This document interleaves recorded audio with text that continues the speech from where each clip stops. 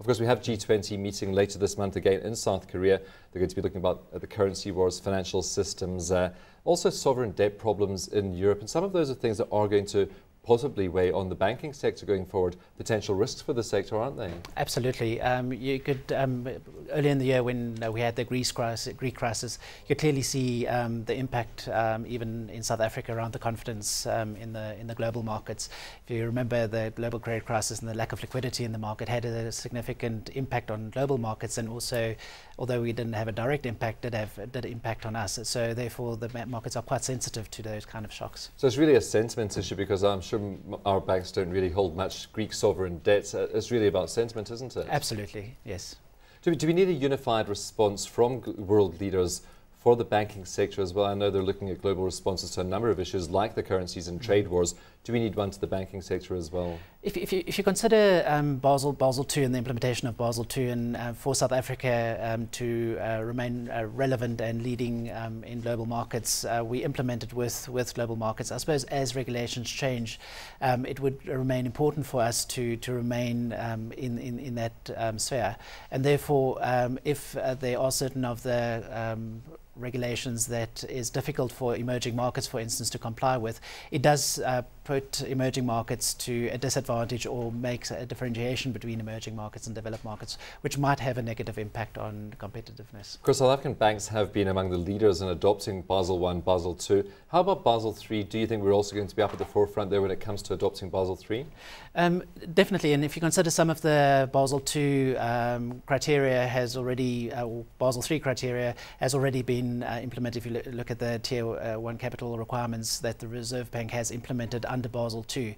So definitely leading as far as that's concerned. I suppose some of the areas, like for instance liquidity, is a concern in emerging markets, looking at the funding structures as to whether that could be applied. And therefore, although we would look to be leading as far as that's concerned, it remains to be seen. And I suppose the Seoul Summit would be key to the decision specifically around that. Because I know there are some concerns about liquidity even within South African banks, and if they do meet new liquidity criteria, it could impact on profitability going forward, couldn't it? It could. As the proposal stands at the moment, it could definitely have an impact, but it is still fortunately open to debate. So as I say, we will see what comes out of that summit.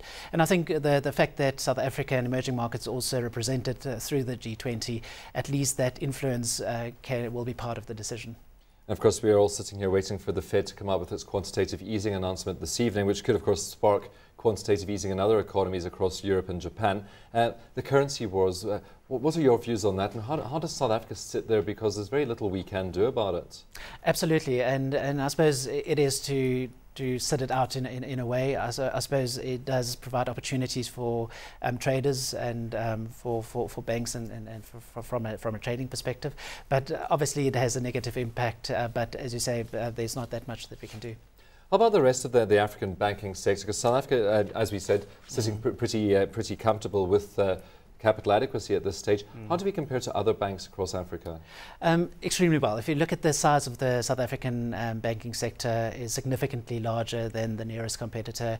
In actual fact, if you look at the banking assets across the Africa continent, the six countries after South Africa jointly makes up the size of the South African banking sector. So significant, and also leading from IFRS implementation in 2005, Basel II, as we've just discussed. Other countries are starting to implement those principles, not necessarily to the same extent. So there's definitely a move in a positive direction. If you look at Nigeria specifically, which is quite a significant banking economy in sub-Sahara Africa, significant reform over the last year. And since the South African banks have also indicated that they would be interested to acquire potentially stakes in those banks, those developments remains of interest to South Africa as well. How about the risks to our banking sector at this stage? Because until a few months ago, things were looking as if they were turning around. I think since the last time you came in to chat about banking confidence, Standard Bank's announced 2,000 retrenchments. So it doesn't look like it's plain sailing at this stage. They do face some risks, and the consumer really not coming back to the party at this stage. Yes, definitely the trend since the beginning of the year has been more positive, although the recovery is quite slow. And if you look at the rate of growth of expenses versus revenue, expenses have been growing at a faster rate than revenue, which obviously in the longer term isn't sustainable. And it is depending on the rate of recovery whether that would pick up and cross over, which would be a key indicator. And I think where Standard Bank was, they saw a slower recovery and therefore had to take drastic, or believe that drastic measure was required to actually reduce their cost. Of course, since you last came in, we've also had HSBC walking away from a potential deal with Nedbank.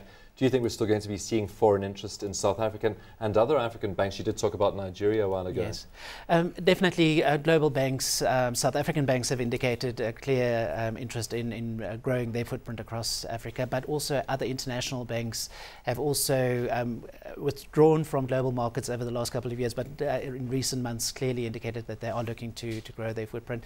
Looking at the South African market as a well-governed and regulated environment, quite a mature market, and using that as a foothold into the rest of Africa, definitely I believe it would remain attractive.